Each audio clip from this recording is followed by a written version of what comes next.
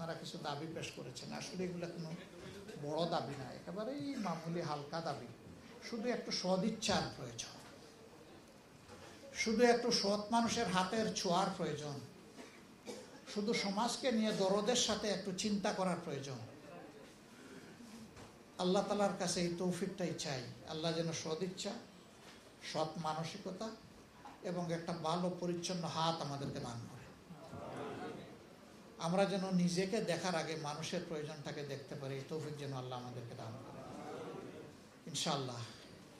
আমি কথা দিচ্ছি, শুধু আপনারা না, সমাজের বিভিন্ন শ্রেণী এবং পেশার যারা আছেন, আল্লাহ পাকের ইচ্ছায় এবং আপনাদের ভালোবাসায়, এদেশের জনগণের ভালোবাসায় এ দায়িত্ব যদি আমাদের উপরে আসে রাষ্ট্র পরিচালনার, আমরা গুরুত্বপূর্ণ কাজগুলোতে হাত দেওয়ার আগে অবশ্যই সংশ্লিষ্ট অংশীজনদের সাথে আগে বসবো, তাদের মুখ থেকে বাস্তবধর্মী কথাগুলো শুনবো, সেগুলাকে আমলে নিব, তারপরে অগ্রাধিকার ভিত্তিতে ইনশাআল্লাহ কোনটার পর কোনটা হবে সেটা আপনাদেরকে জানিয়েই করা হবে ইনশাআল্লাহ।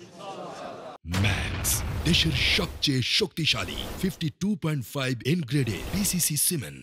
জনগণকে অন্ধকারে রেখে আমরা কিছুই করব না, জনগণকে সাথে নিয়ে স্পষ্ট আলোয় এনে আমরা আল্লাহ তৌফিক দিলে এই সমাজটাকে পরিবর্তন করতে চাই, সাজাতে চাই। তবে আমাদের কথা, পচা সমাজ আর চলবে না, এই সমাজ বদলাতেই হবে। একটা বদল আমরা চাই, একটা পরিবর্তন আমরা চাই।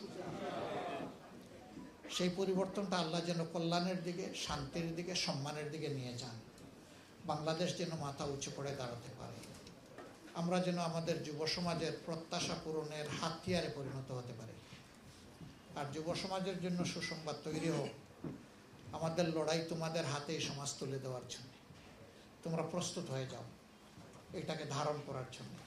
আমরা সেদিন তোমাদের জন্য দোয়া করব, খুশি হয়ে আল্লাহর দরবারে তোমাদের জন্য বরকতের দোয়া করব, এবং আমাদের যতটুকু সাধ্য থাকে সবটুকু দিয়ে তোমাদের হাতকে আমরা মজবুত করবো ইনশাআল্লাহ।